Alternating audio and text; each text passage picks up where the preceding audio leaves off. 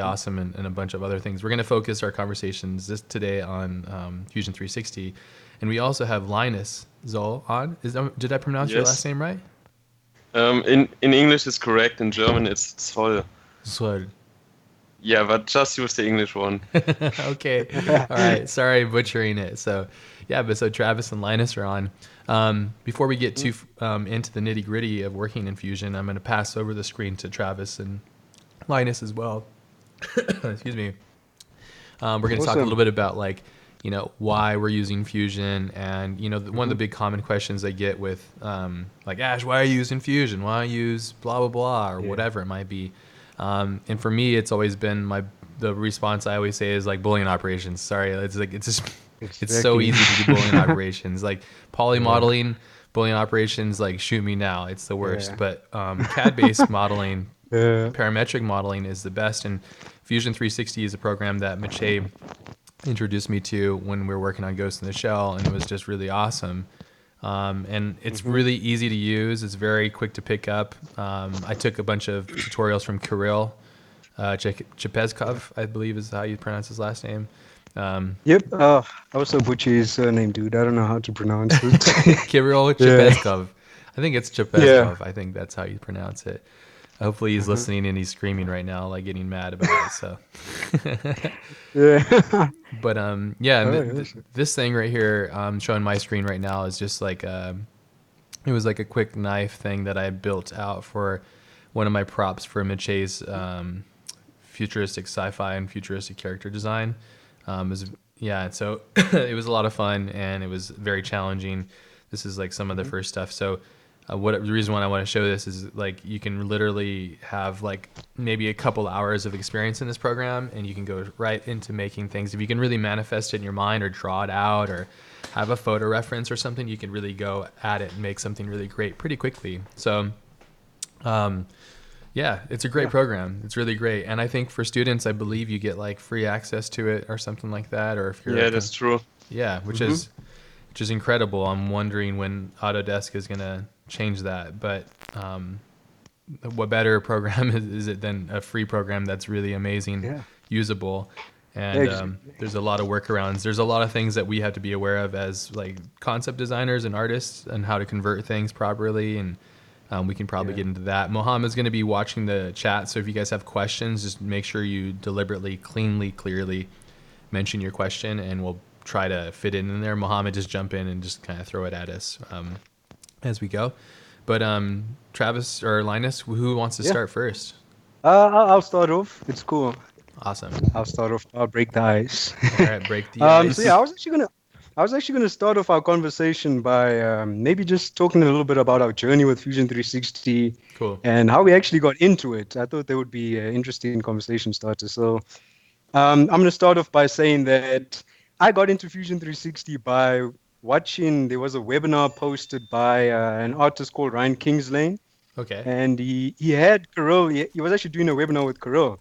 And I saw this notification in my email. I jumped into my email, jumped into the webinar, and I was just looking at what Kirill was doing, and the stuff that he was doing with Fusion 360 was absolutely amazing. Like you mentioned, the Boolean process, Yeah. and just how it basically simplifies the process for creating objects. And I felt like it was something that I had to get into because I was actually struggling a lot at the time to create basic, like very, very basic objects with polygon modeling because there's definitely a methodology towards how you create objects with polygon modeling. But CAD, I don't know, it just opened up like this new universe. It's like, I don't know if I should even, like a Pandora's box or something like that. Yeah. And yeah, it basically simplified the process for me for creating objects. And just the fact that you can Boolean anything without experiencing like any kind of errors, basically that sold the program for me. So I got Yeah. into that, and the program is extremely easy to learn. Like Ash was saying, there's nothing to it, and there's a lot of tutorials out there now as well. Yeah. If you guys want to learn Fusion 360, so yeah, I've been using it I think for over a year now, and definitely Kirill got me into it, and I've been loving it ever since, and I highly recommend it. Hmm. If you guys get the hang of Fusion 360, you're going to be able to create probably anything that you can imagine with Yeah. sketching and forms. So highly recommend it, You have guys. I some love this tutorials program, too, so don't you? You have some really good ones out yeah, there. I think yeah, there's like a I've got. grenade one, and there's a couple other ones that you have as well. Let That's me correct. let me Yeah, find the I've links got and I'll share it with everybody too. So yeah, I've got Yeah. some very basic tutorials explaining the basics of fusion, and then more advanced ones creating pistols, grenades, and all of that. So yeah, I love this program, dude. I'd say I'm an advocate for it. Yeah, Fusion 360 is awesome, dude. yeah, If you're doing hard surface, if you want to create objects, dude, get your hands on Fusion 360. Like, I yeah, highly recommend it. It's awesome. it's really So yeah, that was amazing my for hard journey. surface Carol modeling. Yeah, basically kicked it off for me. So all thanks to Carol. I wouldn't be hmm using Fusion 360 if it wasn't for him. same. So And yeah. we may or may not be making an amazing class with him right now. So just Oh, there we go, Oh, that would be guys. cool. Oh no, I think I just a little. No. All right. yeah, no, it'll be a lot of fun. I'm really enjoying it. Yeah, I posted the link to Travis David's to his Gumroad, so make sure you guys check that out. Some really awesome things in there. I'm probably gonna actually should go and grab one of these soon because I need to start using some of these things for. I have a big passion project coming up. I have two of them, so I need to get back into modeling some stuff. And the problem with me is I learn so many different programs all at once, and then they kind of all merge together, and then they become like Yeah, this big weird thing. And then I go back I into it can like a month later, relate. like, oh shit, what was I doing? How did I do that thing? So, Hmm. but yeah, it stacks up though. So, but Yeah. yeah, Linus, Yeah. your journey with Fusion. How did you get into Fusion, dude? yeah, Yeah, so like I started with Fusion about 1.5 years ago, and I was only doing abstract artworks, and then I somehow got into hard surface, and then I've seen the work of Gavril Klimov. I yeah, hope I pronounced it Yeah. correctly. yeah, Gabriel. And yes, and he was the first person who I've seen who've been using Fusion, and I also wanted to learn it. But the problem was that when I started, Travis was like one of the only persons who was been doing concept art tutorials, and back then it was really hard to learn because there were only resources for engineers out there. Hmm. And then I somehow managed to learn it, and yeah, since then I really use it almost every day, and everything I model, I do it in Fusion because for my projects I don't really need good topology or something, and Yeah. now I'm just used to use it almost daily. Yeah, that's Mhm. awesome. We should definitely talk about the problems of exporting and also topology and Yeah, workflow and stuff because I think that'd be interesting. I don't know if you, Yeah. I know that know that both Travis and Linus have something kind of geared up for you guys today. But Hmm. yeah, I mean, I think if you're not too I concerned can. about like poly mesh and mesh quality and the yeah, amount, Yeah. there's a couple workflows that I've been meaning to check out, but I haven't, which is like taking this mesh. I also have a program called Moments of Inspiration, which Hmm. is another parametric based modeling program. It's very similar to Fusion 360, but a little bit different. But I use it for exporting to OBJ because it allows me to adjust the Yeah. mesh. Whereas also there's a pathway to do it here as well, and I could show that later on unless you guys want to as well for exports because that seems to be the common thing. Because Yeah. it's one thing, it's like, oh great, I have this awesome file, but then okay, like when I go to export, it gives me Yeah. a lot of yeah, weird stuff. Like it gives me a Fusion file, IGS file, SAT file, SMT, and step file. Yeah. Um, yeah. there's ways you could. I Yeah, think. dude. Sorry, go ahead.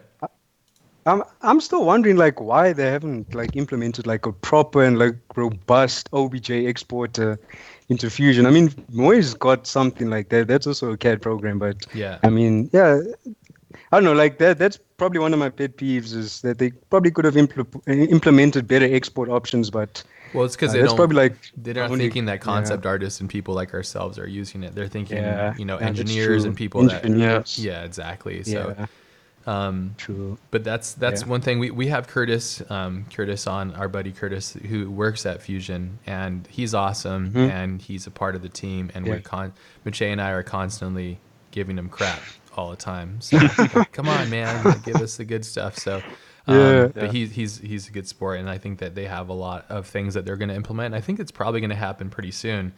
There is a way to do awesome. it if you're curious and you'd want to make something really cool in here, but you want to export it. Ooh, show us. Yeah. So you know how to do this, right? Yeah. Yeah. Okay. So maybe I'll just show it really quickly, and then I'll hand it Yeah. off to you. What you do is you select the body and what you want to create, and then you go into create, and what you want to do is go create base feature. So you click on that thing right there, and from here, I believe it's in the modify section. No, where is it? Oh, it is. Yeah, sorry, it's in the mesh. So once you create a base feature, you go into the mesh section on the modify tab. And your UI is probably going to look different than mine. For those of you that are just starting out, it's going to look different, I believe, because mine's a little custom, and it's very easy to customize this stuff. But you go in the mesh section, and you go mesh to BR mesh, I believe it is. B-rep, I think. Yeah, Yeah, B-rep. B-rep, B-rep to yeah. mesh, is it? B-rep to mesh? Or mesh to B-rep? That's I think It's that's mesh to mesh to B-rep. B-rep. Yeah, that's right. Yes. Okay, so it's a top feature. I didn't think I was going to do this, so I apologize. I'm not completely organized on this.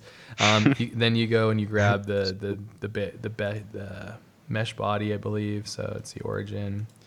Where did it go? New body. Yeah, that's really weird. Yeah, that is weird. So Yeah, it didn't select body. yeah, I don't know why I didn't. So let me select my body here. Go into let's see, create base mesh feature, modify mesh, maybe B-rep to mesh. No. Try that one. Yeah, I think it's this one. Yeah, It is I that one. actually haven't really Oh, used this yeah, before. yeah, So yeah. I'm actually learning something right now from you, Ash. I actually haven't used Yeah. this method. Yeah. Feels good. Feels good to teach Okay, something. cool, yeah.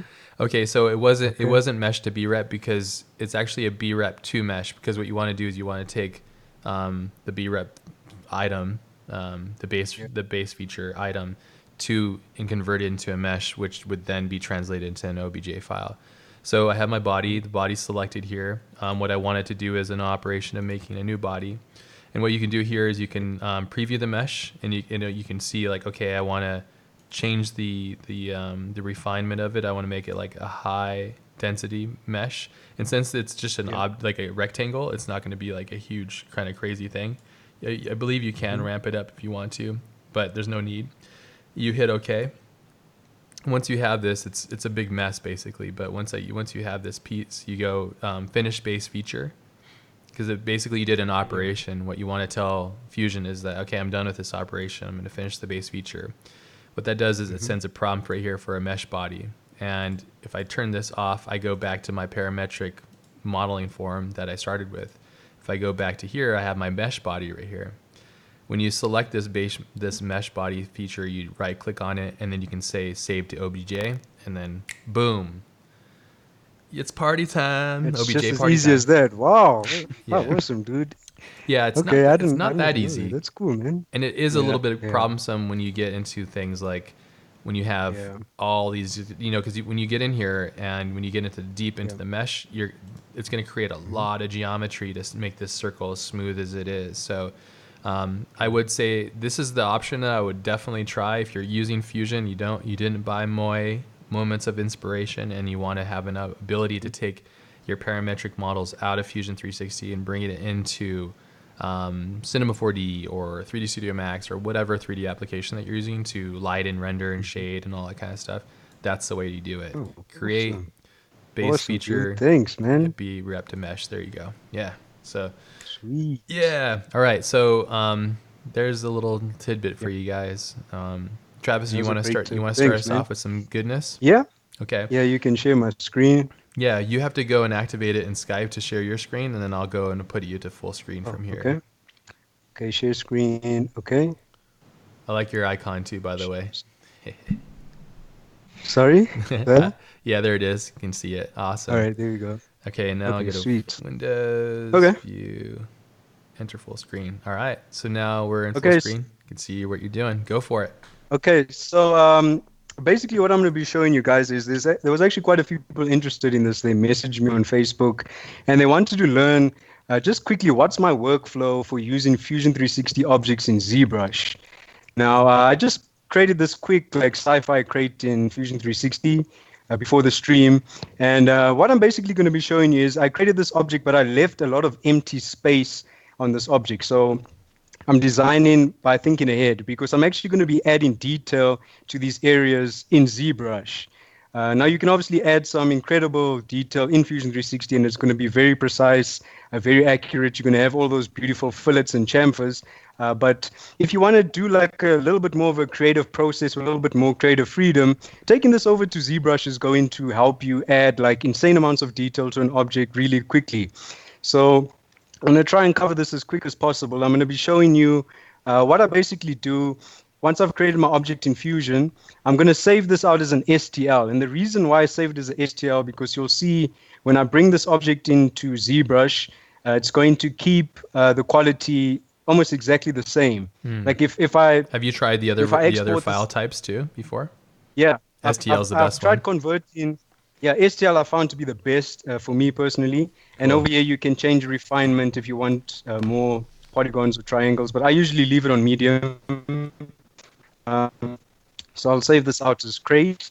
And yeah, like I was saying, this was the best method for me because if I export this out as an IGES and convert it to an OBJ with Moe, it's fine, but I end up seeing like a lot of faceted faces on here, like a lot of low polygons. Yeah. Sometimes, which can cause problems. But with STL, you'll see I've got ZBrush open here. I'm going to go to Z plugin.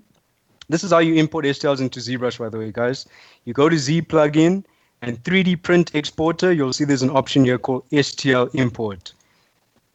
That's cool. So I go to my desktop. Is this a plugin that you're using? And in the quality that's no, this comes default. This comes default. Okay, cool. And just so you guys know, ZBrush. where the quality isn't the best over Skype, so bear with us, So. Yeah, sorry. No, that's okay. So if I drag this out into my scene over here, sorry, let me just press Control N. Drag this out into my scene, turn on Edit, and I'm just going to put another matte cap. You'll see that it's retaining a lot of those details from Fusion. You can see all of those fillets on the edges and all of that. So I found this to be the best method for me.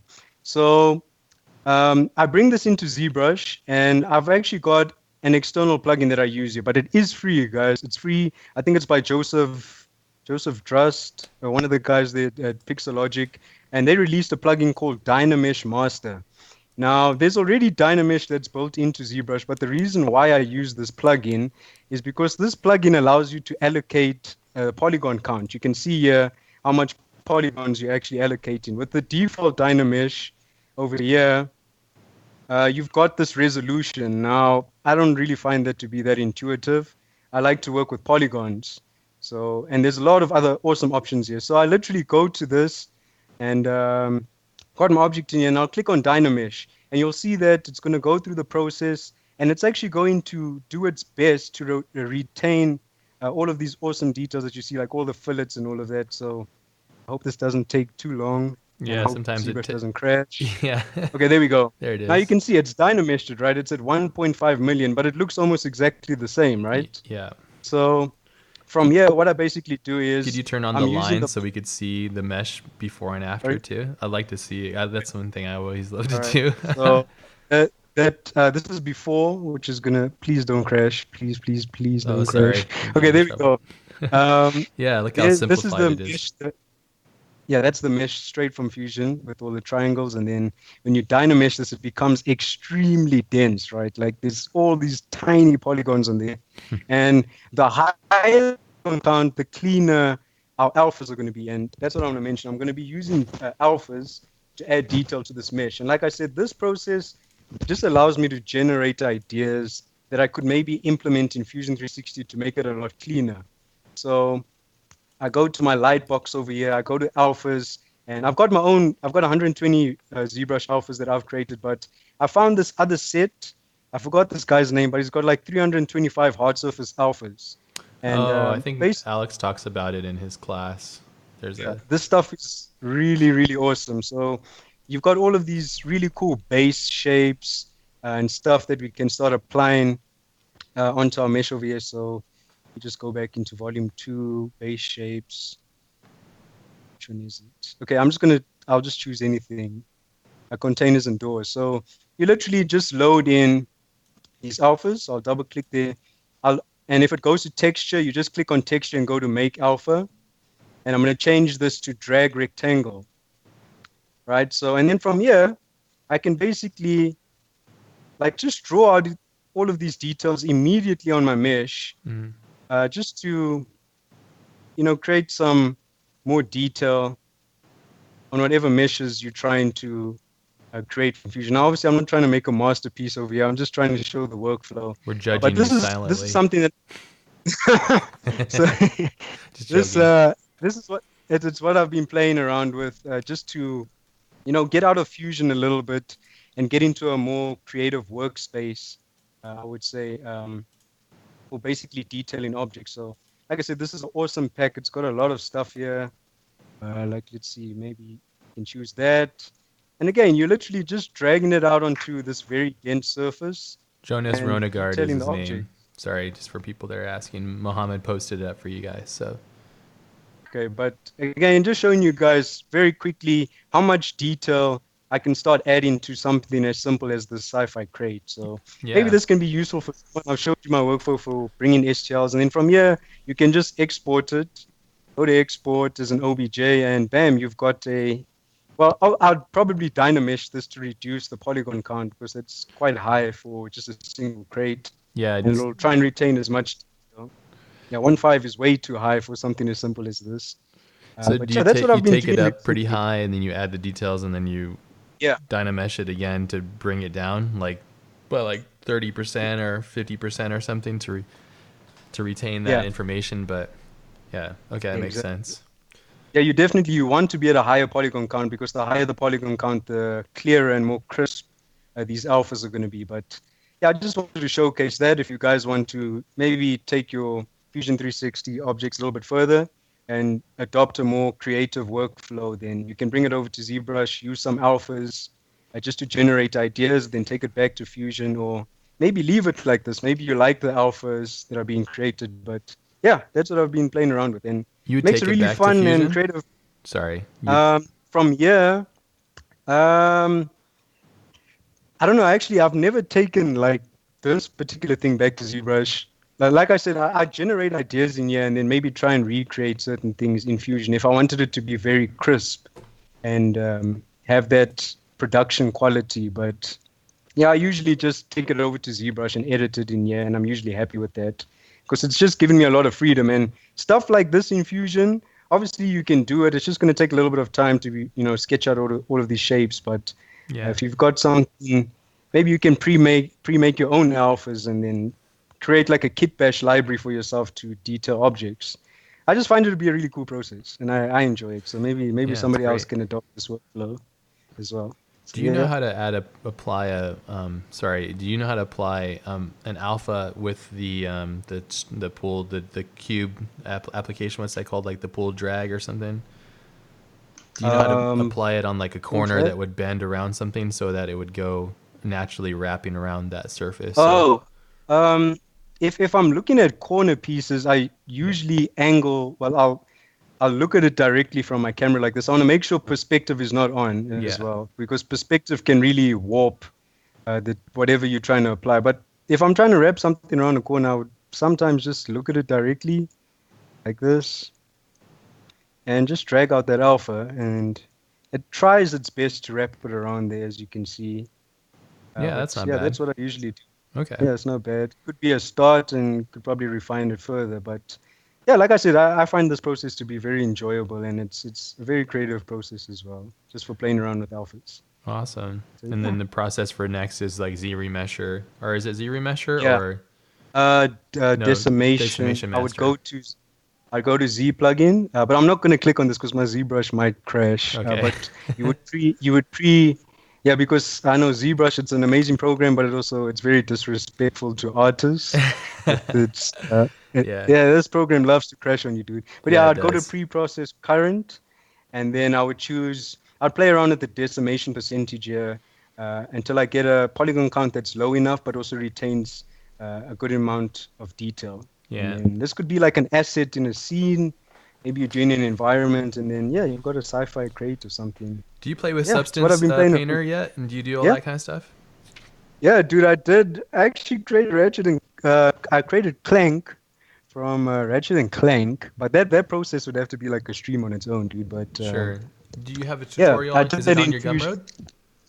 Not yet, not Okay. yet. I'm planning to do one that shows the whole process of how I basically took a Fusion 360 object. I didn't do any retopology. Um, I just basically unwrapped it using another program, which I can't mention on the stream, obviously, else it's just going to give everything away. But if people have done unwrapping, you can probably use any program that does UV unwrapping to do what I'm going to be doing in the tutorial. And I just unwrap it, take it to Substance, start painting it. But now because it wasn't retopologized, you haven't created like your own UV islands and all of that. So the textures are not going to be high res. But if you wanted something like the power of Substance Painter for texturing an object in real time, it's a cool workflow. But yeah, I'd say that it's not 100% ideal, but it can create a very creative process for texturing as well. And Substance Painter is an amazing program, by the way, guys. It's fantastic. I also highly recommend that for texturing. Are you using 3D So Coat yeah. for your UVing and stuff? Um. Okay, I'll just go ahead and Well, you I'll don't have mention the to. I'm program. just It's curious called, because like, and also, do you have a yeah. subscription, a monthly? Because I'm thinking about getting Substance Painter and Substance just for texturing and stuff. But it's a bummer Yeah, because like there's subscription not one model. program that does like one thing really good. I mean, they do all of it. It's like Cinema 4D is really great, but the UV unwrap is just garbage. And It so, sucks. Yeah, it yeah, really sucks. it's horrible. Okay, So I'll tell you guys, it's fine because, well, you'll still have to see how I go through the whole process. I'm using a program called Unfold 3D, okay, and it's like probably for me personally, it's like the best unfolding UV unwrapping program I think ever. Like I know 3D Coat has an amazing UV unwrapping toolset as well, but this program over here, let me just make sure Unfold. Yeah, Unfold Unfold 3D. 3D. Okay, Fantastic program. That's what I'm using to basically unwrap CAD models. And if there's any like really traditional 3D UV unwrappers and they have to see my UV unwrapped map, they'll probably cry because it's so bad, but it's still usable in Substance Painter. I can still paint on an object. So okay, yeah, that's what I'm using. I'm using Unfold 3D for unwrapping. okay. So, It's so really a program. So just so I can understand your process, because I'm thinking about what I'm trying to do is I have a pretty big project coming up, and it involves a lot of different like assets to be created. So for hard surface general shapes, you're using Fusion 360 to generate those like main Oh, shapes, and then sorry, you this is the image. Yeah. awesome. Yeah, and I think I've seen this Yeah, this before. is it. You showed Yeah, this, this right? was Clank. Yeah, I posted this on my Facebook and Instagram. Yeah, that's right. Clank was created entirely in Fusion 360. Here's the over here. There's my Clank. So he was created entirely in Fusion 360, and then I'm basically taking Clank, I'm converting him like to an OBJ with Moy, importing that OBJ into Unfold 3D, and then I'm basically just unwrapping it. And then I save out an unwrapped version, take that over to Substance. But like I said, the process it's quite a long process for setting it all up. But yeah, Yeah. that's like the basics. Create it in Fusion, unwrap it, save out that unwrap model, save out the OBJ with the unwrapped, with the UV unwraps, Okay. and then take that over to Substance Painter and start texturing it. And And then yeah, from Substance Substance Painter, you Painter is take all those amazing. UVs and then you bring it into like your 3D application where you then light and Yeah, render. Okay. exactly. I know, like, for if there's anyone using Octane, setting up substance maps in Octane can actually be a little bit tricky, but I think in their library they added a substance PBR material or something. I So hope it's just so. Yeah. basically applying like the diffuse to the correct, like your diffuse, your ambient occlusion, Hmm. normal maps. You're just connecting it up correctly. But yeah, Substance Painter is amazing, dude. I highly recommend this program for texturing Do if you you want to use a take your monthly models. subscription or did you buy? Because I was thinking about buying like the whole Yeah, kit. monthly. The monthly, yeah. No, I use it monthly. Okay. Yeah. Well, I was thinking like it's $300, I think for all three programs to buy it. Yeah. But the problem is you don't get the upgrades, and I'm wondering, do they upgrade all the time? And if Yeah, it's there's always upgrades for Substance Designer, dude. Like they're always improving something with the interface or adding new features. so, So it's probably best to having just that do the monthly, monthly, huh? monthly, I'd highly recommend the monthly. Yeah, you can go Okay. with it. Should be Cool. cool. Yeah, a million questions. So I'm just trying to figure out. Yeah. I'm trying to mark my path basically, so I can go from one Yeah. side to the other. And it's such a pain in the ass, but at the same time, it's just Yeah. kind of one of those things. It kind of goes from it's like if you really want to do exceptional work, unfortunately, you have to go to those extremes to get to that level, you know. Yeah, So you just have to be willing to learn, dude. Like, keep an yes, open yeah, mind, yeah, learn. These programs are created for you. yeah, They're created for us to be creative. So, yeah. It's yeah. Quick question, But yeah, Travis. yeah, People were asking your workflow from Fusion to ZBrush. Is it yeah. destructive? Like once you do that, can you go back and actually change things, or are you stuck with the? Um, well, okay. Yeah, that's the thing. When I'm bringing an object into ZBrush, by that time already, I've decided that I'm probably done with this object. So I'm basically just I'm bringing this object into here just to detail it. I'm not going to be adding anything else onto the design, like modifying it. This is just a detailing process for me. So, like I said, by this phase, I'm already done with the design and I'm just detailing it. So, yeah, it is destructive because you dynameshing that. Um, Yeah, but because it yeah, won't recognize that's that, right? When you bring it back into Fusion, it won't recognize it. um, well, I'm actually not 100% sure. I'll have to try that. Maybe if I decimate it enough, because if I had to bring this into Fusion right now, I think Fusion would crash Yeah, at 1.5 million polygons. But since you can import OBJs into Fusion, I'm sure you could bring it back in there. But I think you'd need good topology or something if you wanted to edit it further. Or maybe you could use the sketching tools. I don't know. I've never tried that, dude. Like I yeah, said, over here, I'm usually done with the object and I'm just detailing it. yeah. It'd So be yeah, really interesting to be able to take it back and forth because sometimes it's yeah, difficult to know when you're done. That's one thing I love about Fusion is the history that's state. true. But at the same Yeah. time, I guess you could make iterations and just kind of know the general shape or whatever you're after, and you can go after it that way, you know. So, Hmm. but yeah, Yeah, but I was so if you find yourself proficient at ZBrush, you could probably just come in here, and if you wanted to modify the shape, you could use stuff like the clip curve. yeah, Like, let's say maybe I wanted to cut off an area like this.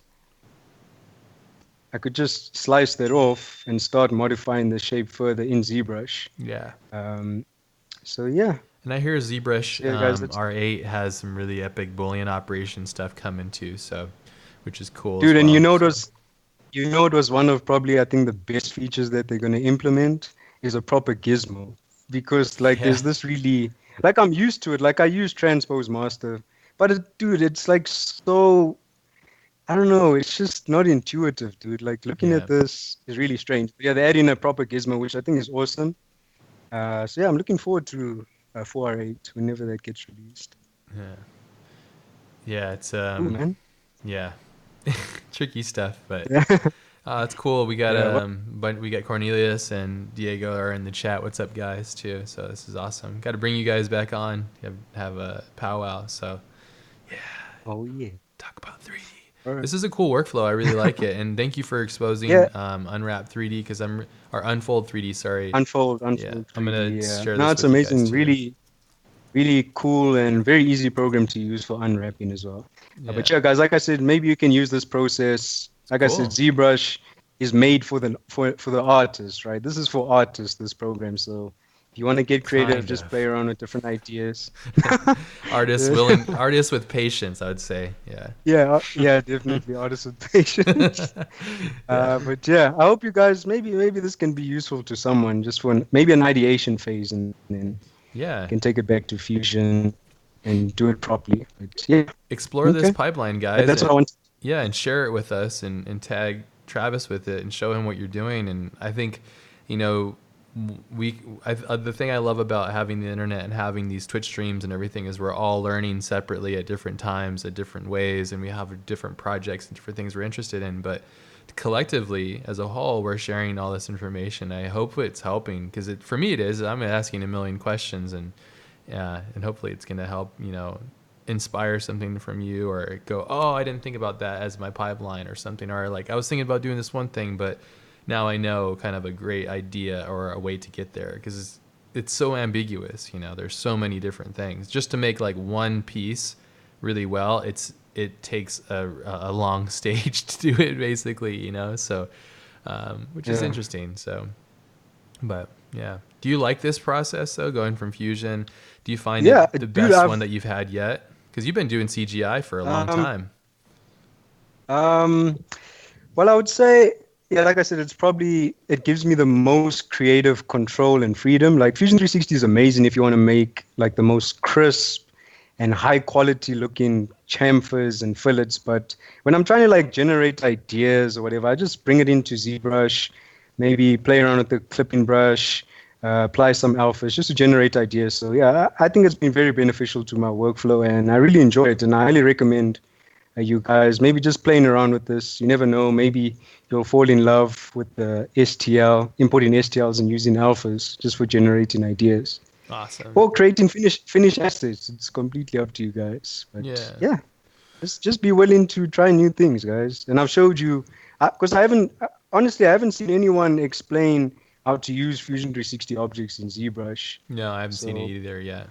Yeah. So yeah, there's a workflow and why I choose STL to be the best format as well. Good. So STL. Can you show me what menu it was for when you have your STL file to bring it in? Which one was it? Okay. Z You plugin. go to Z plugin. Yeah. Let me just close this, and then you're going to scroll down to 3D print exporter, and then there's an option here called STL import, and then you'll import that, and you're good to go. And then you want this plugin, like I said, it's free, Decimation Master, or you can use the regular, Dynamesh Master, or you can use the regular Dynamesh, but I don't know, I just really like this Dynamesh Master. It's just got more options. Yeah, I have Dynamesh Master too. It's something that Alex Vigini recommended in his ZBrush class, and so I got a hold of it because it's it's great. It's really good with like augmenting and helping with the geometry and stuff. So exactly. Yeah. And the polygon count is very, very useful for me personally. For resolution and stuff. Yeah. Exactly. Yeah, that's cool. All right. There's my workflow, dude. I just wanted to show you guys how I use Fusion with ZBrush. Excellent. Yeah, very cool. Linus? Yeah, Linus, you want to share some? Yeah, of course. Here. Let's see. Okay, then let me share my screen. Yeah, let's see. Go back here. Got you there. Okay. Can you see it? Looks like it's loading. You want to show? Yes. Ooh, Okay, ladybug. There we go. Awesome. Yeah. Okay. Yeah. So this is my latest future. I'm sorry, I'm so confused. This is my latest Fusion project, and I just wanted to make a quick breakdown, especially how I started with this, because I'm pretty sure a lot of people maybe know that I was just doing cuts here and adding small details, but many beginners don't really know how to start projects like this. Yeah. And what I did was first inserting an attached canvas here, and then I was choosing an image like this that shows a ladybug from the top. And yeah, so I got this as a reference, and like only 2 weeks ago I first started to use forms in Fusion, and they are actually really powerful. So I was using plane here, and then I was just making a rough shape. And wait, I need to turn the edges on. And I haven't played with adding forms some yet. faces. You're adding more geometry. Yeah. Okay. Yeah. Yeah, I was always super scared of it. forms. Yeah. But then I just tried it and I found out it's really easy. You know, it's kind of tricky to choose the correct ray for the mirror. Let's just hope that this works. Yeah, it did. Okay, Awesome. and yeah, what I did now was just doing the rough shape of it, and yeah, it's really cool and easy. Yeah. And you shouldn't be afraid to try forms, because this was my biggest mistake. I've been using Fusion for more than a year, and only 2 weeks ago I started with this. We had a guy on from Fusion, and Mohammed, you remember his name? I can't remember his name right now. Carl, I think it's Carl. Brian, Carl. With each guy. The gentleman that showed us forms, and also like he made the knife and stuff in it. And he was Colin. That's it. Yeah, he was really cool, and he showed us a bunch of cool stuff with it. Colin Smith. Yeah, Colin Smith. That's it. Thanks, Momo. Yeah, this is cool. Yes, and you can see it's going really fast now Yeah. to get these shapes. And So what's the so I operation? would Is it a definitely right click to get into the second monitor? no, what I'm doing is I think it's pretty new, but when you hit the S key, you get this small toolbox. Oh, okay. And here you always have to use edit form, and then I can select anything I want and just move it like this. And there's also a really cool tool, because this edge is really hard. Yeah. You can just go to modify and choose uncrease, and then select a point, and now it's rounded. Creates a chamfer, kind of.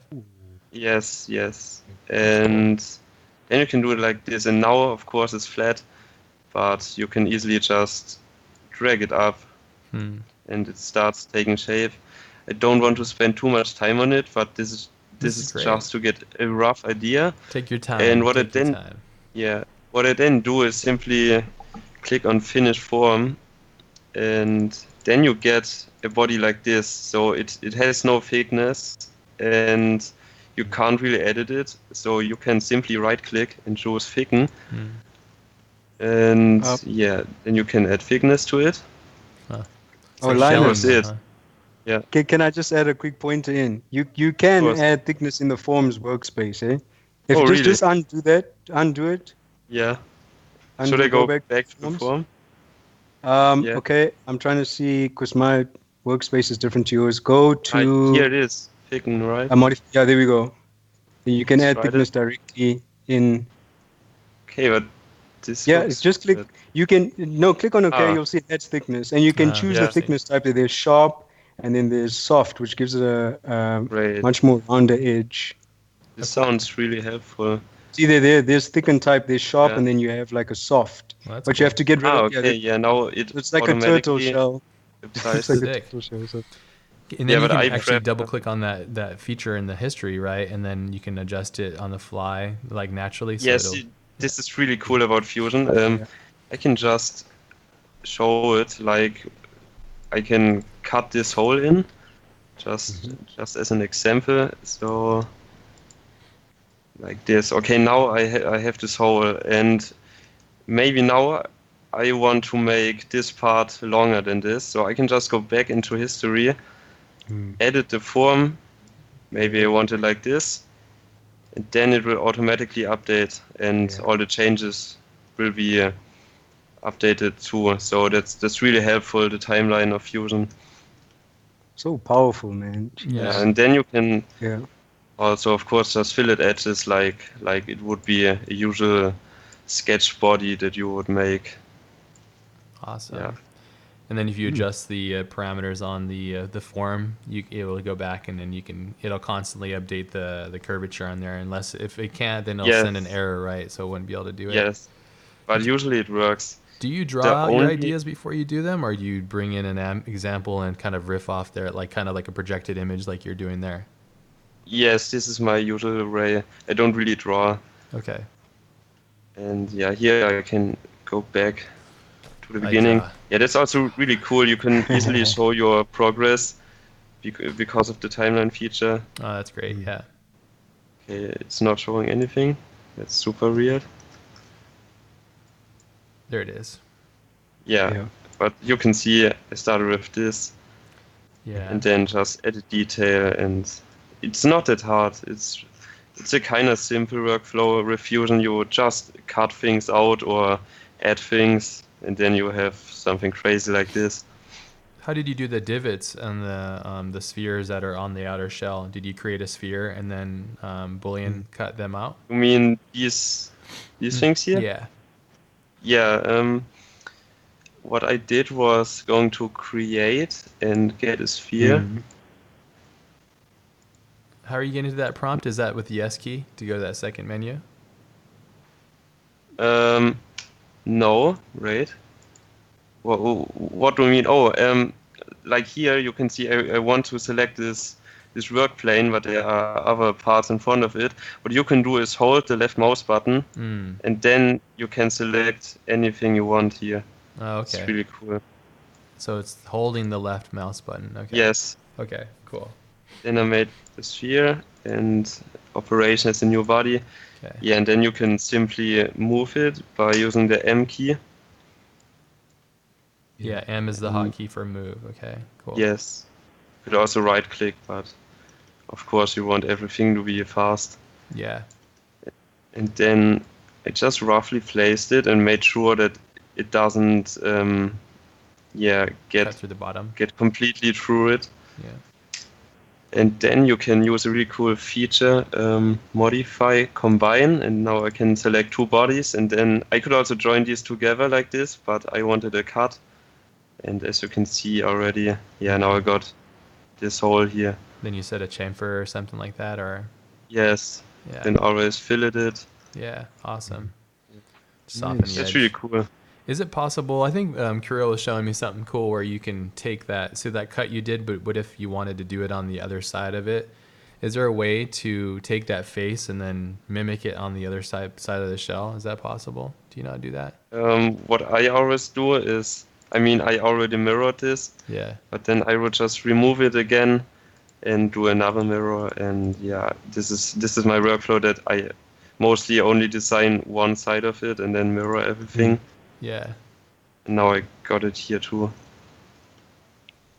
Awesome. Nice.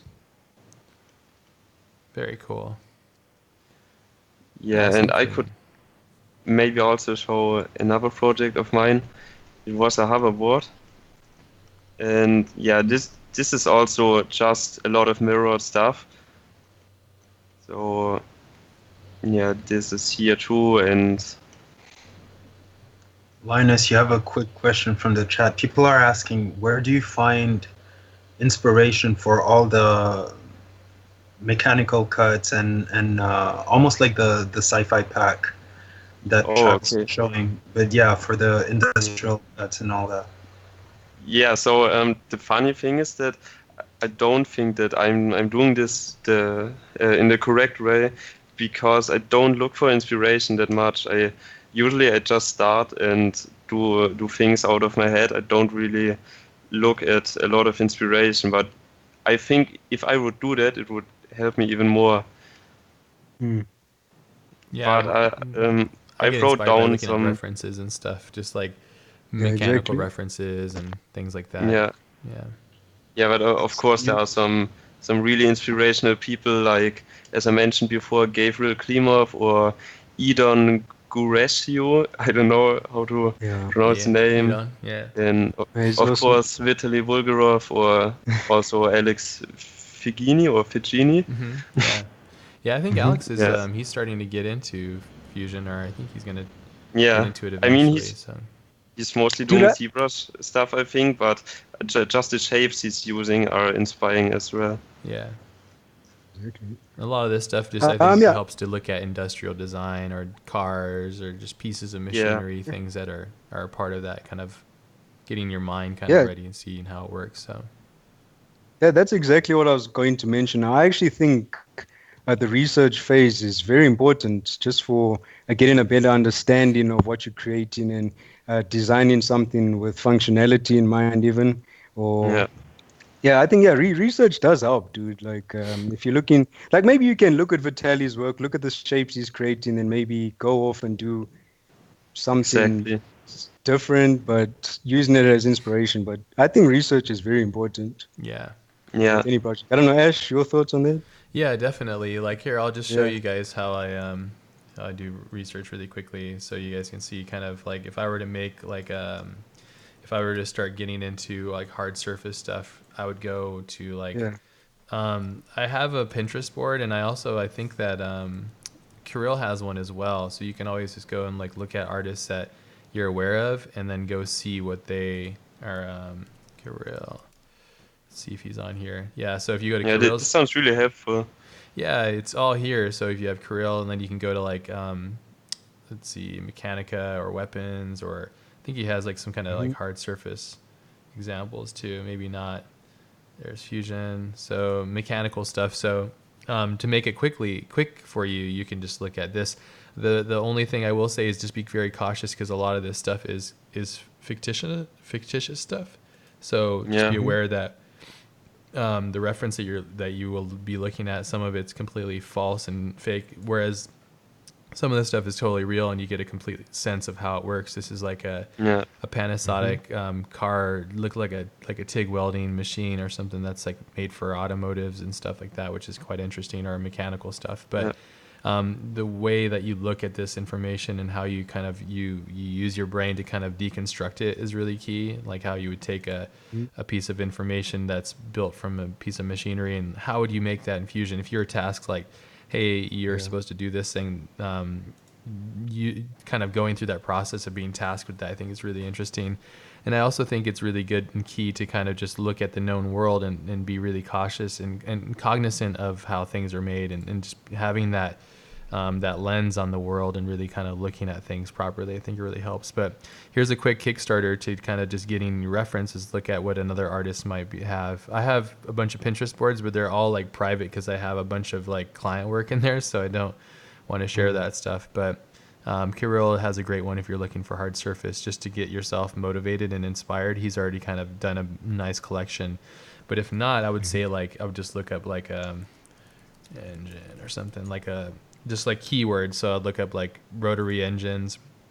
If I go to rotary engines, there's probably like all kinds of really interesting informations for how to like this is called a Wenkel engine, I believe. It's the formation. It's a odd, unique kind of way that the combustion engine works. It kind of has this like triangle shape that spirals around and stuff. But just looking at this alone are like machined hard CNC machined pieces and stuff, like just those kind of keywords, using those keywords to kind of build your asset library. And one of the things that I learned from Kirill that I think was really very, very applicable, coming from somebody that's never done CGI in 3D, is taking these images and deconstructing them piece by piece and going like, okay, well, I'll make a triangle thing here and I'll hit a path like a replicated path across this thing, where I would take this and clone it basically across here, and making like, oh, if I need to make this shape, it would be a triangle, but then I'd make this chamfer right here. If I had to do this shape right here, I'd do like a extrude operation, just like we just saw Linus do, but it would be, instead of a sphere, it'd be like this long rectangular kind of thing. Or it could be a cube that you would then add like a fillet and stuff too. So all kinds of interesting things, which I think is really good. And using references is incredibly important, because the more that you fill your library, your mind library, the better. Yeah. And if you're constantly looking at like other concept artists and stuff, guess what? Your work is just going to look like theirs, and they're always going to be on a different level, because for the most part, the people that I know, they're looking at things beyond what they see in other concept artists. They're looking at this kind of stuff. They're looking at machinery and things that are the ingredients, basically. It's like making soup. It's like a good soup has many different ingredients, you know. So but they're pure in their forms too. So, and having those as references are really key and important, I think. So, but Ash, do you make it a rule to always have, your references on screen, like whenever you're working, whether it's from books, or do you make it a rule to have them close by? Yeah, I do. It depends, though. There's a different stage. So in the beginning stage, when I'm just trying to get inspired, no matter who you are, you're not going to make like completely authentically original work. It is authentic in its own sense, but so what I mean by that is that when I first start off, I'm taking all my references, and I have two monitors. I don't know if you guys can see. So I have like my secondary monitor, which is my cinema display, and then I have down here, and you can't see, but let's see. No, webcam won't work. But down here I have the my Cintiq. So I have two forms. So I'll work on my Cintiq here, and I'll constantly have my inspiration and reference kind of always reminding me what I'm doing, So, and I'm constantly going back and forth between these two things that will kind of help infer whatever it is I'm making. And in the beginning of the stage, when I make stuff, I will look at a lot of references to kind of infer my mind as I'm going through. And then if I'm trying to create something I like exactly what it needs to be, then I have to really focus on what it is and study that process. But if I'm just getting inspired and making something random and organic, then it's like I look at the reference and then I shut the reference off, and then I go straight into what I'm making, so that I don't necessarily just create the same thing. So it's really key to kind of have a disconnection, because it's easy to just look at something and want to recreate it. You look at Vitali's pieces or whatever, you try to figure out like, how is he doing that? He's a modern day person that we would use that as an example to kind of like look at for inspiration. But I would recommend looking at things like this, like how they made these things, these shapes and forms. And I guarantee if you put this kind of inspiration in these pieces, like even if it's just like this little piece right here, if you put this stuff into your models and your assets, it would create a whole nother level of believability and a whole nother, like, just a level to it that would be really interesting, you know, and kind of seeing things beyond just like, this isn't just an engine. The reason why I wanted to show this is because it's a very unique engine design, and you could use this as inspiration, like, oh, maybe this is some sort of like piece of a part of an armor for this thing that I want to make or whatever. So, and a great way of creating things is combining two opposite weird ideas into one, and that's really when things start to really kind of become something really interesting and dynamic. So, but yeah, for me, that's how it works. But it changes based on whatever I'm making, though. So, yeah. Jeez, damn, dude, that's solid advice, man. Yeah. Wow. I think it helps, Thanks, you know. yeah. Well, Yeah. Is Well, there hopefully is there a keep it in project mind. you applied that like recently, perhaps even in no, I won't go there, but just where you took two opposites and you know ended up with a result that completely took you by surprise? yeah, definitely. I would say, like, if I were to use like Epoch, for example, when Chris and I were trying to design the vessel, the shape of the vessel, we wanted to first make it like some kind of weird fractal, like reflective ornament kind of thing that would kind of shape shift and move. And then through, like, I started thinking of simple shapes because coming from design, I wanted to make it very iconic. And I started to think of Jax. I think it's Jax. Yeah, I think toy. I think it is. These like little toys. These little. Yeah, there it is. I think I talked about this before, but so I took this idea that I was like, this is very iconic, and it was memorable from my childhood. So I thought, and I also wanted to combine the idea of an atom. So, atom. So if you look at an atom, because I wanted to change the scale basically, but if you took an atom and if you connected the lines between each section, if you cut between the nucleus and you connected the electrons and the protons at each one of those spectrums, you would basically create this shape. And so I thought, oh, that'd be really interesting to combine. So I combined the toys from my childhood. This is like a poor kid's toy. Yeah. And then an atom construction, which is based off of just like, you know, scientific diagrams. And then my love of sci-fi and spacecrafts and stuff. And so, and ironically, it created an X and also a plus sign, which is really interesting. And then also, you know, a completely different dynamic, depending on where your camera is. But yeah, that's a perfect example of like, okay, there's a million different spaceships out there, and how do we make our own unique? And how do we make our own special? And so for me, it was all about trying to create something iconic. And iconic stuff is always the simplest core version of itself. So that's just one example. There's plenty of them all over the place. But how about you guys? What do you guys do? You mean for references and what you mean? For reference. Yeah, dude. I think for me personally, like the most inspirational form of reference is basically the world we exist in. So reality itself. Just looking outside your window is probably like probably the way you're gonna get some of the most amazing inspiration, right? So just going for a walk. Just going for a walk, I get inspired by looking at maybe different buildings or looking at nature. Even, I think Alex mentioned this in his course, like if you're trying to look for some of the most unique color variations, you can use apps like, I think it's called Adobe Color or something like that. But if you really want to find, like some of the most amazing color combinations, you just have to look at nature, like look at insects and look at the different colors that they embody and their wings and all of that. So yeah, my biggest form of inspiration is reality itself. Just looking outside of your window inspires me. So yeah, that's where I get a lot of my inspiration from. Then obviously, Pinterest and you're so enlightened. You're such an enlightened soul. I love it. You're so thanks. positive. Linus, with you. Yeah. Thanks, man. Yeah, well, you have to stay positive, dude. Yeah, you have to. Yes. Well, for me at least. It's good. Love what you do. Do what you love, man. Yeah, absolutely. Yeah. I shared a couple links too with you guys. How about you, Linus? How do you do it? When you're looking at inspiration and references? You mentioned a lot of contemporary artists.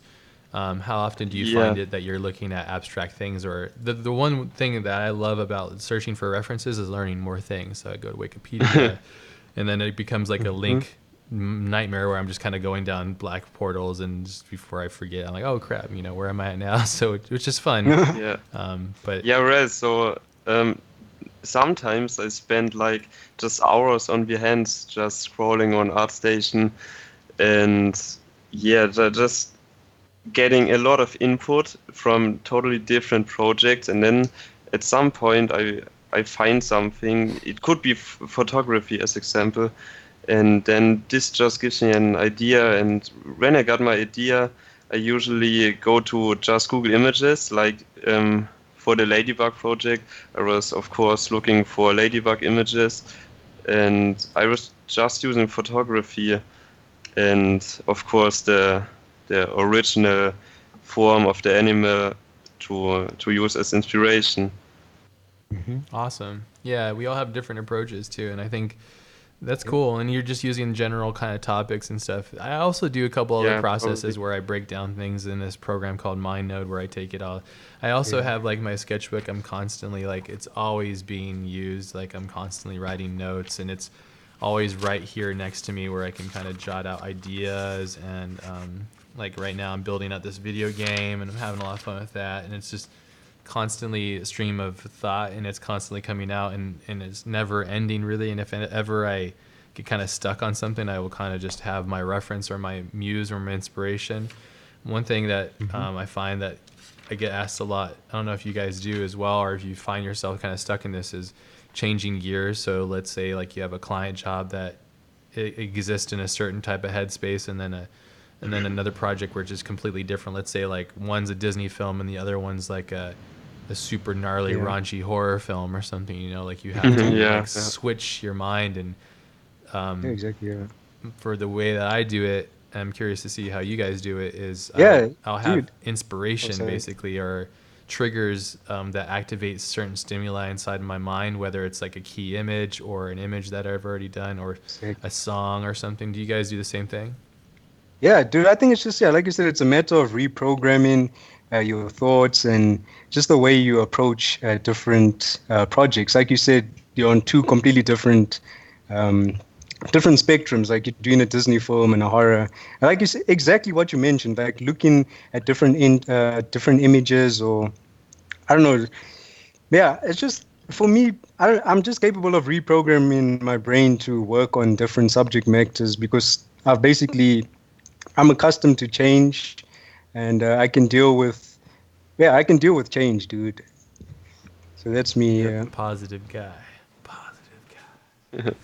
Yeah, Awesome. right. I never really thought about that. Like, how do I change my mind again to a completely different, topic? But I also think that I like when I look for different inspiration, that my mind just instantly follows the new topic and ignores the other stuff. I think it just works like that.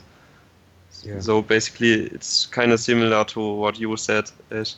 Yeah, awesome. Yeah, because I think that's kind of sometimes is really difficult to switch those patterns, and the amount of times you have to Yeah. switch it kind of becomes tiring too. Because if you have to switch it constantly, it becomes really tiresome. But yeah, it's a matter of just process and like working out, making sure that whatever you're doing, it makes the most sense for you creatively and gets the best out of it. Because at the end of the day, we're defined by our time and how we use it. So, which is really crazy. So, but Yeah, I actually find it really fascinating, dude, because I can go like from maybe, because I still do graphic design, I can go from maybe creating like a kid's birthday flyer with these really, light tones with balloons and stuff, to jumping into the 3D spectrum and creating like these badass thugs with guns just slaughtering people. So yeah, I think my brain has just been accustomed to change, dude, and it's just something that happens over time. You get used to it and you're able to adapt to that change to, just bounce from different spectrums. So Yeah. you get used to it. At least for me personally. Yeah, that's awesome. I think that's where people get stuck often. I find, Travis, what you're talking about, because like in the stream, in the chat, we often get questions. Ash, you often get questions about, how do you generate ideas? How do you come up with all these different things? And I think that change that you're talking about, Travis, is also experience and mileage and Exactly. practice. Yeah. That's definitely. something that you actually practice, right? Yeah. Yeah, no, definitely. It muscle. definitely comes with mileage. Yeah, you're practicing muscle in your brain, dude. And eventually, over time, it's kind of like second nature. It's like driving a car, I would say. Well, for me personally, just changing between these different spectrums. You get used to it with, like you said, with the experience. Yeah. It comes with the experience. Just constantly trying, and yeah, you'll get used to it. And I think it's important that you can't be afraid of just trying something and seeing how it works and how you like it, if it works for you, and then just that flow of things, But yeah, I think it's generating ideas actually comes back quite fun when you're just able to be a child, and enjoy the process of just being a kid again and enjoying that kind of, just wanting to create something and have fun doing it and not put too much hindrance and pressure on yourself. No matter what you're going to do, the first time you try something, it's probably not going to be the best at it, and it's almost like I was watching Eddie Bravo. He's the guy that created the 10th Planet Jiu-Jitsu system. He's really funny, and I have like a monthly subscription to his like, he does these like really rad like videos where he talks about it. But he had this really great analogy. He was saying that when you do something, our minds are trained to engage in habitual repetition. And when you go off and do something like on a routine, so much that it's easy, it's almost like, when you're breathing, for example, like think about how many operations in your body it takes for your mind and to tell your lungs to expel in a certain way and all that energy. Or just think about like when you get in your car, how automated you are because you're already somewhere else. But the first time you got in your car, you're like, oh shit, where's this key? And how do I turn this? And, like the first time you did that, you sucked at it, And so when it comes to things as complex as making something really cool and new, it's very difficult and it's very nebulous. And I think it's really important to kind of create parameters of habit. And like I talked about, like, when you go into your car, you're going to grab your keys out of your pocket. Or if you don't I have like a keyless thing too. So I just open the door, the key's close to it. So it makes me even lazier. Just press the button. Becoming total Wall-E world. But my NSX, for example, is a very raw car and it's older. It's like 24 years old now. So yeah, I grab my key and I turn in the ignition. I listen to everything. I'm sitting there letting the engine warm up and all that kind of, there's an operation, but I'm already automated because I've done it so many times. But when I go and do something creative, I will have an order of operations which I know achieves the best result. And one of them is being free and thought free and empty your mind basically, and then sketching all my ideas. When I first started drawing in my sketchbook, I would look at like James Jean. I'm like, damn, he's like the mother lode epic goodness, the king of sketchbooks, And I used to think that sketchbooks should be this coveted epic thing, and now I don't even care. It's just I put all my ideas in there and I go and make it from there, and I have operations and habitual routines to kind of go from one point to the other. So it's not easy, but at the same time, it's never easy unless you go and create those habitual patterns to make yourself aware and engaged in it. So, yeah. Amazing, dude. Momo, do we have any questions? We got about 5 minutes. Okay. No question. I mean, there was a quick question about how do you I'm not a virgin. I swear. There you go. Answer done.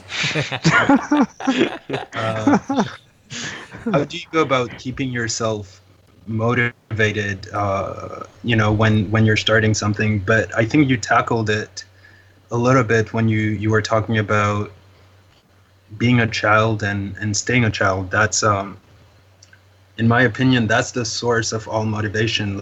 Like just having fun and remembering, if you're a grown up, remembering the things that made you happy and made you work hard without like effortlessly when you were a kid, and bringing that back in your adult life, because at some point there's a disconnect. Yeah. And if you're younger, it's just recreating those bridges between the stuff that really motivated you as a kid and finding ways to link that to your work.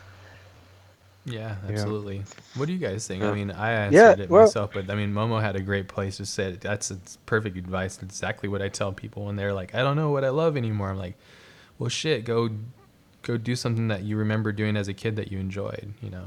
And perhaps exactly. maybe if it doesn't work, then this is maybe not what you should be doing, you know. So, Yeah, yeah. exactly, dude. Just what you said right there. Maybe that isn't what you should be doing. I personally think like if you really enjoy and you love what you're doing as a career, a lot of their motivation just comes from within, dude. Like you don't have to go out there really looking for any type of motivation. Like for Yeah. me personally, I wake up every morning. I can't wait to come and sit in front of my PC and just get these ideas out of my head. So, like I said, if you guys really enjoy what you're doing, finding a source of motivation is not going to be that difficult. Maybe it comes with time, but usually it just comes from within. So I'm always constantly motivated to just work on projects. But that's me. I try and keep a positive attitude and mindset, and it helps me a lot with my creative process. So staying positive definitely helps me. Yeah. We Yeah, got Yeah. a lot of that every time we talk. Yeah, that's I awesome. mean, And how about you, Linus? like, How do you engage in Yeah. that idea So creation and keeping it pure and having fun with it? yeah. So for me, it's kind of the same. I don't think I was ever not motivated. Hmm. So since I started, Got that German. I Get yeah. going. Yeah, yeah, of course. No, but I mean, if you really like it, then you don't need motivation. I'd say, of course, there are maybe bad times someday.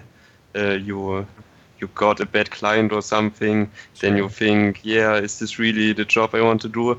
But just personal wise, you should always be motivated to just create something if you're the person made for this kind of hobby or job.